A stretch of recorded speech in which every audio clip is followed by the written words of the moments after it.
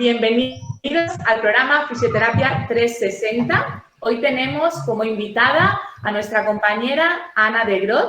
Ella es doctora en fisioterapia, es máster en invasiva y terapias ecoguiadas y máster en terapia manual. Un placer hablar contigo, Ana.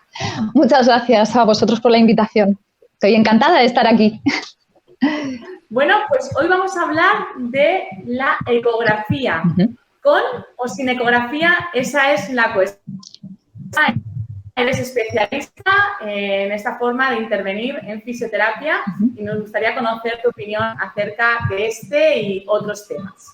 Muy bien. Comenzamos preguntándote de cuál es la utilidad de la ecografía en la práctica profesional en fisioterapia. Realmente la utilidad que nosotros los fisioterapeutas le damos es enorme. Es decir, al final todo lo que hacemos diariamente podemos introducir esta herramienta para poder valorar estructuras, para poder ver evoluciones, para poder observar si estamos en el punto diana que necesitamos, para ver si realmente estamos tocando lo que pensamos, que a veces no es así, y también nos va a permitir en bastantes ocasiones, si algo observamos esto diríamos nosotros, pues el olfato clínico, pues estaría combinado con una imagen ecográfica que nos permitiría en momentos determinados poder derivar a ese paciente si vemos que hay algo que no es de nuestra competencia. Entonces, realmente son muchas las ventajas que tenemos los fisioterapeutas cuando utilizamos un ecógrafo. Bueno, pues esta herramienta que, como bien dices, puede ayudarnos a ese olfato clínico y a esa herramienta que son nuestras manos. ¿Cómo puede mejorar los tratamientos de fisioterapia? Los mejoran porque realmente cada uno con nuestras especialidades y nuestras maneras de hacer las cosas, esto pasa mucho, que cada uno de nosotros hemos tenido una formación o nos hemos decantado por un camino determinado. Entonces, cuando nos viene un paciente, probablemente si ponemos a 10 fisioterapeutas distintos y ese paciente va a cada uno de nosotros, es muy probable que la mayoría o todos consigamos sacar a ese paciente por vías diferentes. Esto significa que no hay una sola vía o una sola verdad para poder hacer un tratamiento. Con lo cual, lo que nos aporta la ecografía aquí es, en cada una de nuestras especialidades, nos permite mejorar mucho, pero mucho, porque nos permite objetivizar todo lo que estamos haciendo. Entonces, ya no es que la ecografía solo sea de unos o de otros, sino que al final cada uno le da el uso dentro de lo que más hace a nivel clínico. Entonces, la ecografía, que como bien decía tu máster, ¿no?, el que realizaste es de invasiva, ¿no?, y de terapias ecográficas, y es verdad que parece que la ecografía siempre ha estado vinculada a la terapia invasiva. ¿Piensas que es solo su utilidad en este tipo de terapias o de técnicas? No, para nada. Es decir, evidentemente, si hacemos una terapia invasiva, en mi opinión, debería ser ecoguiada. ¿Que se puedan hacer terapias invasivas sin ecoguiar? Claro, como poder, se puede. Porque se han hecho durante muchos años y con buenos resultados, pero eso no quiere decir que esas terapias no se puedan mejorar. Porque si yo introduzco una aguja en el cuerpo y yo soy capaz de ver desde la piel hasta esa zona que yo tengo que tocar, todo lo que hay, pues si hay nervios, vasos, me permite poder esquivarlos. Cosa que si yo no tengo un ecógrafo no lo puedo hacer. Entonces, evidentemente, al final nos permite tocar poco y bien, diría yo. Que no quiere decir que si algo se hace sin ecoguiar no funcione. Pero sí que es verdad que la tecnología está para ayudarnos. Entonces, lo que hace es mejorar nuestras terapias.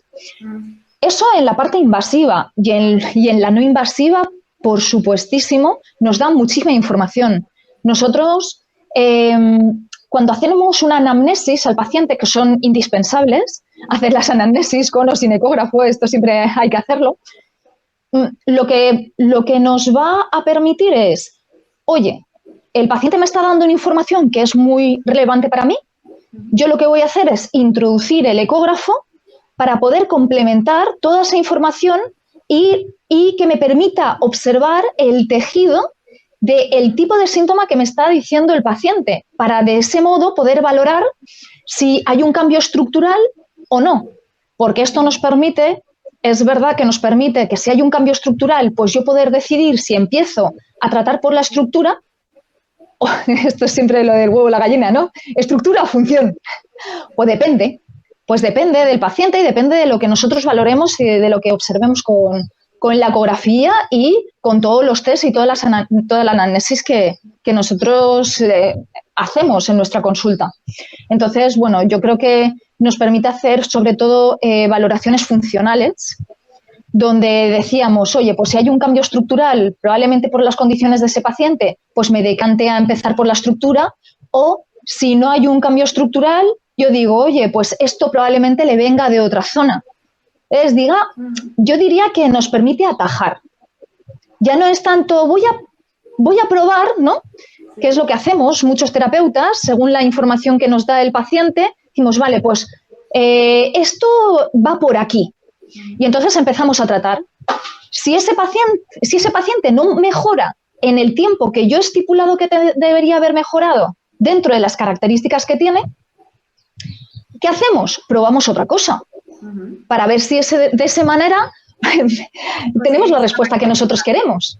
Claro, entonces la ecografía lo que nos permite es, en vez de ir, pues pruebo por aquí, pruebo por allá, pues nos hace una línea más recta. Nos dice, vale, pues puedes atajar por aquí y en vez de hacer, yo qué sé, pues digamos 6 sesiones, pues puedes hacer 2. Eso ocurre mucho con la ecografía. Entonces, claro, digamos que revaloriza nuestro trabajo y en beneficio del paciente, por supuesto. Has hablado entonces de valoración, de eficacia en los tratamientos y también de seguridad a la hora de abordajes, como es en el caso de la terapia invasiva. Pero ¿hasta dónde podemos llegar los fisioterapeutas con la ecografía? Hasta donde nuestra mente nos permita. La ecografía es infinita. Tanto porque si nosotros observamos, podemos aplicarla en cada una de las especialidades que tenemos. Y indagar, estudiar y nunca parar. Esto es así. Porque siempre nos pasa, nosotros vamos a un curso y decimos, cuando salimos del curso, y sobre todo si el curso ha sido bueno, siempre nos quedamos con la sensación de, jolín, todo lo que me queda por estudiar, por saber, por avanzar. Esto nos pasa muy a menudo. Entonces, pues yo diría que es que la ecografía no tiene límites, porque allá donde te metas de cabeza hay un sinfín de horas para poder profundizar en ella, porque es todo lo que tú estudias más visto a nivel ecográfico, con todos sus matices. Con lo cual, muy, muy, muy extensa. Extenso e infinito, ¿no? El aprendizaje que tanto infinito. La ecografía vamos a poder tener. Últimamente se habla mucho de que el daño de la estructura no implica dolor y viceversa. Entonces, sabiendo que muchas veces el dolor no está relacionado con eso que podemos observar en estas pruebas de imagen, ¿para qué nos sirven? Pues probablemente de mucho más que si no la tuviésemos. Y si nosotros hablamos en estos términos, pues realmente ninguna prueba de imagen serviría. Porque si tenemos, por ejemplo, resultados de resonancias magnéticas o de TACs, no siempre la sintomatología se correlaciona con la imagen. Ahora bien, la ecografía específicamente nos permite poder observar esos cambios estructurales y también nos permiten observar las adaptaciones. Es decir, cada tejido se manifiesta con un síntoma. Y nosotros hemos aprendido ya una correlación de cuando tenemos este tipo de síntomas, tenemos que ir a mirar este tipo de tejidos. Entonces, Por ejemplo, en deportistas que ya llevan años o en personas mayores, cuando plantemos el ecógrafo encima, vamos a ver muchos cambios estructurales, lo que no significa que todos esos cambios estructurales sean sintomáticos. Lo que tenemos que averiguar es por qué el paciente ahora mismo está en nuestra camilla, cuál es el origen de su dolor de ahora. Y eso realmente se puede observar, porque, a ver, lo que ha ocurrido durante muchos años es que si nosotros observamos los artículos de investigación que están basados con pruebas de imagen como es la ecografía, siempre nos manifiestan grosor, área, grosor y ecogenicidad, fundamentalmente. Es de lo que más se habla incluso, y ahora ya se empieza un poco con el Doppler. Claro, si nosotros hablamos de grosor, área y ecogenicidad, si os pongo un ejemplo, cogemos un tendón con tendinosis, con una degeneración ya de larga duración, es posible que ese tendón en un momento determinado, por haber hecho un buen trabajo, esté adaptado y ya no sea sintomático y sea funcional. Eso se va a representar de una manera determinada en la ecografía. Ahora, ¿qué pasa? Que si nosotros eso lo extrapolamos a las investigaciones que hay, nosotros observaríamos o leeríamos, oye, es que es un tendón engrosado, con pérdida de ecogenicidad y con un área mayor, que es el mismo que en ese paciente que tiene también una tendinosis, una tendinopatía sintomática. Pero es que no estamos mirando lo que debemos. Es que, evidentemente, cuando hay un cambio estructural, esa estructura nunca volverá a las características iniciales. Pero eso no significa que no genere una adaptación a ese tejido. Entonces, nosotros sí somos capaces de poder observar esas adaptaciones y las adaptaciones se ven valorando el patrón fibrilar. Por eso es tan importante, nosotros cuando a mí me preguntan mucho, ¿qué ecógrafo me compro? ¿Qué es lo mejor, no? Oye, pues evidentemente al final nosotros cuando pagamos por resolución de imagen. Y la resolución nos permite poder observar esos patrones de tejido. Y esos patrones de tejido son los que nos indican el estadio de lesión de esa estructura. Y de si debemos o no debemos tocarla. Os pongo un ejemplo. Tenemos un tendón con una calcificación, un supraespinoso con una calcificación, y el paciente nos dice, es que cuando hago elevación del brazo me duele. Le hacemos toda la valoración, toda la anamnesis, complementamos con una exploración ecográfica y observamos que hoy hay una calcificación en ese tendón. ¿Qué harían probablemente la mayoría de los que trabajan con la ecografía?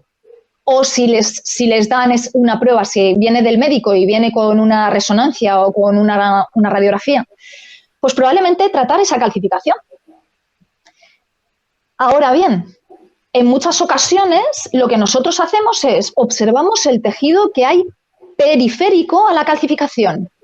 ¿Este tejido está anclado en la calcificación? Sí, paso palabra.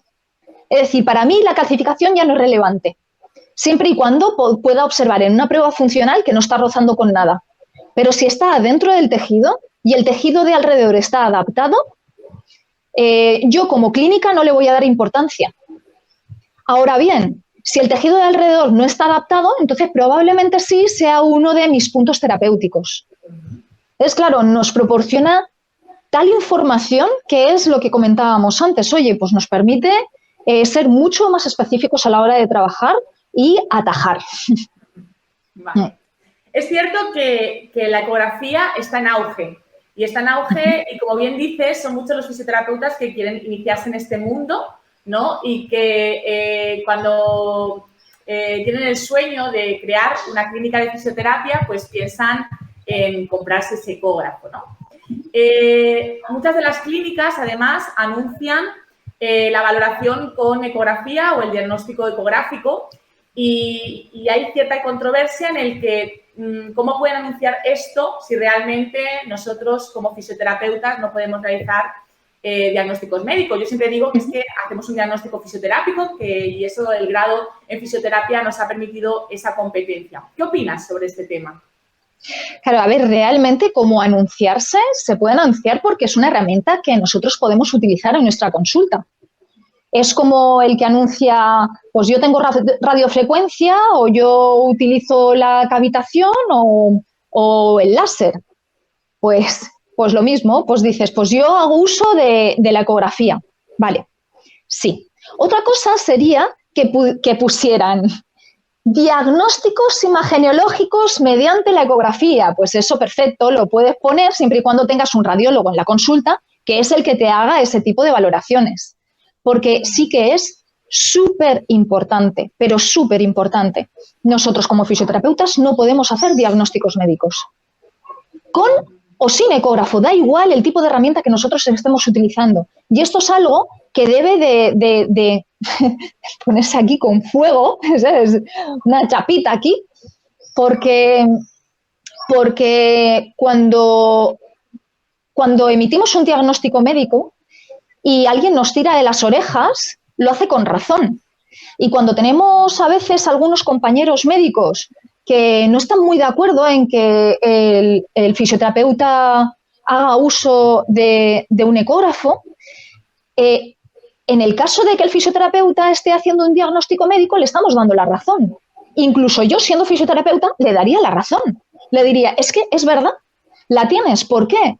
Porque si yo hago un diagnóstico médico, estoy siendo un intrusista. Y igual que a nosotros no nos gusta tener otros profesionales que sean intrusistas en nuestras competencias, no lo hagamos nosotros con otros compañeros. Porque al final, si yo soy fisioterapeuta y yo puedo emitir un diagnóstico fisioterápico, cuando hago una ecografía hago exactamente lo mismo. Si tenemos herramientas y estrategias y maneras de poder explicar una imagen ecográfica desde el punto de vista de un fisioterapeuta, no hace falta que le demos nombre y apellidos como haría el médico.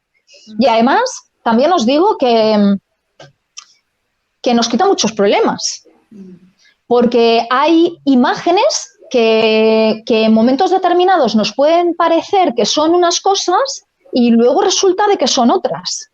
Entonces, claro, si nosotros ahí metemos la pata, es una pata de las que la metes y bien metida. Entonces, no deberíamos hacer ninguno de nosotros diagnósticos médicos.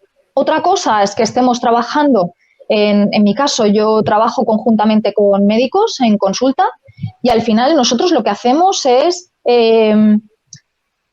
digamos que aunamos nuestras fuerzas, ¿no? Hacemos un tipo de trabajo multidisciplinar donde establecemos un diálogo, pero no nos corresponde a nosotros darles nombre y apellidos, que esto no quiere decir que no podamos hablar de ello, que son cosas diferentes. Nosotros podemos hablar de patologías, por supuesto. Tenemos en la carrera una asignatura que es afecciones médico-quirúrgicas, donde se habla de muchísimas patologías y, por supuesto, podemos hablar de ellas, podemos explicarlas, podemos conocerlas, pero no podemos diagnosticarlas. Yo creo que entonces tienes razón, Ana, porque tienes la suerte de trabajar en un equipo multidisciplinar. Aquellos que trabajan en entornos hospitalarios también cuentan con ese apoyo, pero muchas veces es desde la clínica privada cuando creo que tenemos que tener claro que somos fisioterapeutas, cuáles son nuestras competencias, que son muchas, y que creo que el hecho de alcanzar el título de grado nos dio esa capacidad de diagnóstico y valoración, y el estar metidos en la ciencia nos permite también esa objetividad a la hora de establecer valoraciones y diagnósticos, pero fisioterápicos. En relación con estos estudiantes que dices que terminan la carrera y quieren aprender ecografía o quieren adentrarse en este mundo porque les parece súper atractivo, y yo creo que también por esa capacidad de no solo de afinar en los tratamientos, como bien has dicho, sino también de objetivizar en los mismos, ¿no? Y poder medir. Y entonces es genial que hayamos entrado desde la clínica también en esa forma de poder valorar al paciente y valorar de forma objetiva y con escalas validadas la evolución del mismo para poder readaptar nuestros. Pero, ¿qué opinas? ¿Crees que también sería necesario una formación previa de razonamiento clínico? A ver, en cuanto al razonamiento clínico es indispensable. Así, tal cual, porque para poder llegar a saber qué es lo que realmente está perjudicando al paciente en ese momento, necesitamos tener un razonamiento clínico. Entonces, yo diría que, a ver, es que no sé por qué, ocurre mucho. Además, nosotros lo hemos vivido en nuestras formaciones, o cuando damos una ponencia en algún congreso o algo, claro, hay que tener en cuenta que si yo doy un curso de ecografía, evidentemente de lo que os voy a hablar es de ecografía. Esto no quiere decir que yo en mi práctica clínica yo solo haga o solo valore con la ecografía y solo valore lo estructural. Es decir, al final nosotros necesitamos poder hacer valoraciones funcionales, test clínicos, saber qué preguntarle al paciente y cómo. Y todo esto va a estar complementado con el uso del ecógrafo. Si cuando decimos lo del olfato clínico, el olfato clínico es indispensable. La sensibilidad, adquirir una sensibilidad con nuestras manos para poder identificar tejidos, texturas, esto también es indispensable. Pero es que una cosa no quita la otra. Es decir, al final lo que se pretende es unificar ambas. A mí cuando en alguna formación me preguntan, vale, ¿tú cómo valoras? Yo antes lo que hacía, ahora os digo lo que hago ahora, pero antes lo que hacía era, primero, hacía la anamnesis, luego hacía todos los test funcionales y luego hacía una ecografía. Después de haber hecho todo lo que he aprendido sin un ecógrafo. Ahora, a día de hoy, ¿qué es lo que hago? Combino las dos cosas. Porque una no exime la otra. Ahora, mis test funcionales son ecoguiados. Ya no hago primero una cosa y luego la otra. Porque cuando empiezo por una parte, pues por ejemplo, si yo tengo líquido en una articulación y le hago los test funcionales previos, ese líquido, cuando yo le coloque el ecógrafo, no lo voy a ver. Porque con el movimiento de mis test se habrá dispersado en la articulación y no podré visualizarlo. Entonces digo, jolín, si yo tengo un ecógrafo, ¿por qué no le hago el test directamente viendo lo que está pasando mientras le realizo el test? Y eso es posible y al final es a lo que nos está llevando el poder disponer de un ecógrafo. Es claro, haces la combinación de ambas y es una bomba. Porque tienes mucha más información que utilizando solo un ecógrafo no tendrías o haciendo solo los test no tendrías. Entonces, claro, al final, pues lo más efectivo, en mi opinión, es hacer la combinación de ambos. Sí, yo creo que es una herramienta muy útil que también necesita de ese ojo clínico y de esa experiencia, igual que el resto de las herramientas que tenemos en fisioterapia, pero que nos permite afianzar algunos de nuestros test, de nuestras pruebas funcionales, de nuestros tratamientos, y me parece una herramienta muy útil, como bien has dicho antes, en todas las áreas de la fisioterapia, no solo en la invasiva. Y en relación a este tema, para aquellos fisioterapeutas que quieran adentrarse en el mundo de la ecografía, ¿qué conocimientos consideras que son esenciales para sumergirnos en este mundo y poder aprender? Vale, principalmente para todos aquellos que quieran aprender ecografía, fundamental es aprender anatomía. Pero igual una anatomía no tanto en planos frontales, que son las que nosotros estamos acostumbrados a ver en nuestros libros anatómicos, sino más en cortes topográficos. Ajá. Porque para nosotros es muy fácil poder aprender ecografía si tenemos la anatomía muy asentada, porque al final ¿y qué es saber anatomía? Esto también es importante. Si yo, por ejemplo, cojo un punzón y yo digo, vale, si yo me atravieso el punzón de aquí a aquí, ¿qué estoy atravesando? y puedo saber todos los planos, pues si lo hago pues de esta manera, de esta manera, de esta manera. Eso, nosotros teniendo eso, la ecografía es un paseo. Ahora, si no lo tenemos, bueno, pues se nos complica un pelín, pero eso no quiere decir que no podamos aprenderla. Entonces, fundamental la anatomía. La fisiología de los tejidos es muy importante también, porque nosotros vamos a poder extrapolar las imágenes ecográficas al estadio de lesión de ese tejido. Pero para eso necesitamos saber en qué estadio se encuentra el tejido, cuál es la fisiopatología y la histología o la reparación. De ese modo, pues nosotros veremos la imagen y podremos decir, pues este paciente se encuentra en este punto de lesión o en este punto de regeneración. Por lo tanto, voy a hacer esto, esto, esto y esto. Y fundamentalmente, echarle muchas horas. Hay que leer mucho.